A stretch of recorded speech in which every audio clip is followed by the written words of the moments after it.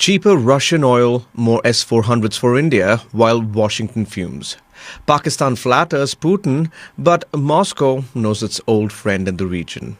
Singapore's PM to land in Delhi with billions in tow. TCS breaks its dry spell with a $640 million win. And as North India drowns under relentless rain, schools shut and rivers rage. The story: India stands steady, striking deals abroad, shaping the region's future, even as Gurugram and the north drown under floods at home. Good morning. Welcome to Top of the Morning by Mint. I'm your host, Nelson John. This is your smart daily briefing on what matters. From big moves in business to headlines shaping India and the world, we cut through the noise so you start your day informed and ahead. It's Wednesday, September 3rd. Let's get started.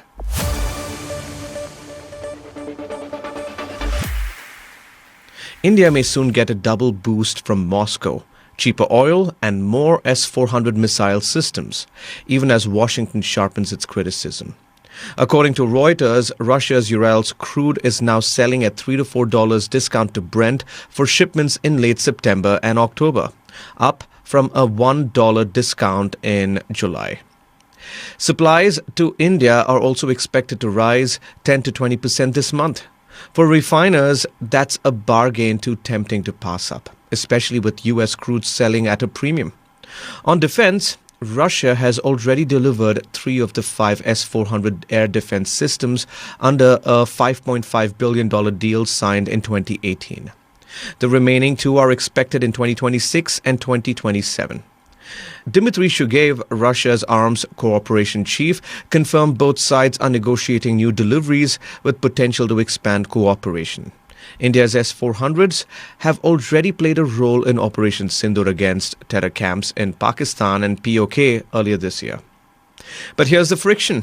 President Donald Trump's administration has doubled tariffs on Indian imports to 50%, singling out Delhi's oil and arms trade deal with Moscow. Treasury Secretary Scott Bessent accused India of profiteering by reselling discounted Russian oil. Trump himself lashed out, saying India and China are Russia's biggest buyers of energy and weapons at a time when the West wants Moscow isolated. Yet at the SEO summit in Tianjin, Prime Minister Modi and President Putin brushed aside the pressure, calling each other dear friends and hailing the very good state of relations. Meanwhile, in Beijing, Pakistan's Prime Minister Shehbaz Sharif tried to charm Vladimir Putin, thanking him for all the support to Pakistan and calling Russia's role in South Asia as a balancing act. He even praised Putin as a very dynamic leader, adding that Pakistan wanted strong ties with Moscow, even while respecting Russia's deep friendship with India. Sincerely, I'd like to also thank you for supporting Pakistan and trying to have a balancing act, I think, in the region. I know and I must say that we respect your relation with India. That's perfectly fine. But we also want to build very strong relations. And these relations will be supplementary and complementary for the good and for the progress and prosperity of the region. In that, I find in you a very dynamic leader, and I want to assure you that I'd like to work with you very closely. But here's what really matters. India's relationship with Russia is not a new experiment. It's a decades-long partnership built on defense, energy, and trust.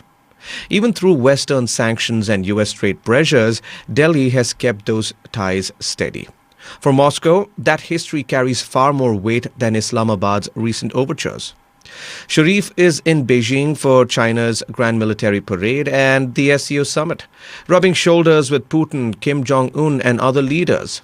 His presence signals Pakistan's growing tilt towards Beijing, especially on trade and security. Yet, that also makes Islamabad's play with Russia more complicated, because Moscow knows India remains its most dependable ally in the region. So while Sharif talks of supplementary and complementary ties, the reality is clear. India's bond with Russia is time-tested. Pakistan is still just talk. Singapore's Prime Minister Lawrence Wong has picked New Delhi for his maiden visit, and the message here is clear. confidence in India's growth story that remains strong. Wong, accompanied by a high-powered team including Foreign Ministers Vivian Balakrishnan, will meet Prime Minister Narendra Modi on Thursday, with business talks starting a day earlier. Here's the big picture. The two nations are set to sign at least 5 agreements covering aviation, space, shipping, finance, digital innovation, and skills. A joint roadmap is also expected, touching on defense, security, economy, and connectivity. The PMs will even virtually inaugurate the PSA Mumbai terminal at Navahasheva Port, a $1.3 billion investment by Singapore's PSA International. Singapore is already India's largest foreign investor, accounting for nearly a quarter of FDI inflows since 2000. Two-way trade has jumped from $15.5 billion in 2005 to $40 billion last year. Despite global headwinds, remember Trump's tariffs? Singaporean investors have stayed bullish, with plans to pump in up to $15 billion this year alone. Future bets look even bigger. Green energy exports from India to Singapore, AI and data hubs, advanced manufacturing, and joint work on small modular nuclear reactors. Semcorp is already building renewable projects in Odisha and Maharashtra, and talks on floating mini nuclear plants on the table. For India, this visit reinforces Singapore's role as a key partner in the Act East policy. For Singapore, it's about backing a market that promises resilience and long-term returns. Tata Consultancy Services has finally scored a big one.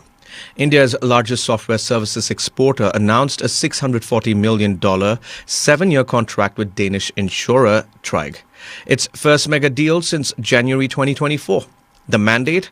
Overhaul Tryg's IT systems using AI and cloud solutions, deepening a 15-year partnership. Now here's why this matters. TCS has long struggled to land contracts over $500 million, while rivals like Wipro and Cognizant have been bagging billion-dollar wins. Its last big splash was a $2.5 billion Aviva deal in early 2024. Analysts say this Tryg contract could reset momentum and open the door for more European mega engagements. The deal also boosts Nordic footprint, where it already employs 20,000 people. For Tryg, a $6 billion revenue insurer, the move is about becoming a technology-led enterprise with AI at its core, in the words of TCS CEO K. Kirtivasan. But let's be real here. This is also about optics. TCS has faced its slowest growth in 4 years, slipping revenue last quarter, losing clients like Phoenix Group, and even cutting 12,200 jobs. Its stock has shed 24% this year, the worst among India's IT majors. Leadership changes and a new AI unit are meant to revive fortunes. So this Tryg deal, well, it's not just about one client, it's TCS telling the market it's still in the game. Heavy monsoon rains have lashed Delhi and the north, shutting down schools and triggering fresh flood warnings. In Noida, Ghaziabad and Chandigarh, classrooms will stay shut on Wednesday. Punjab has also announced statewide closures, while Jammu and Kashmir postponed Class 10 and 11 exams. Delhi has already recorded over 1,000 mm of rainfall this season, well above its average. On Tuesday, the Yamuna crossed the danger mark, hitting 206.03 meters at the old railway bridge, forcing evacuations in low-lying areas like Monastery Market and Yamuna Bazaar. Chandigarh has seen 140 millimeters of rain since Sunday, while Punjab has reported 30 deaths and 3.5 lakh people affected across 23 districts. Gurdaspur remains the worst hit. Himachal Pradesh is battling landslides and road closures. Over 1,300 roads are blocked, including key highways. The India's Meteorological Department has issued an orange alert for Jammu and Kashmir and Uttarakhand, warning of flash floods, landslides and even cloudbursts. Districts like Dehradun, Chamoli, Udhampur and Kulu are at high risk. Arunachal Pradesh's West Kameng is also bracing for intense showers. Meanwhile, India has warned Pakistan of possible cross-border flooding in the Sutlej River, routing alerts through the Ministry of External Affairs on humanitarian grounds. The bottom line, with schools shut, rivers swelling and roads washed out, North India remains on high alert as the monsoon shows no signs of letting up. That's all for today. Thank you for joining in. We are eagerly looking forward to our next Top of the Morning episode, which will be packed with the latest news. Until then, this is Nelson John signing off. Have a great day.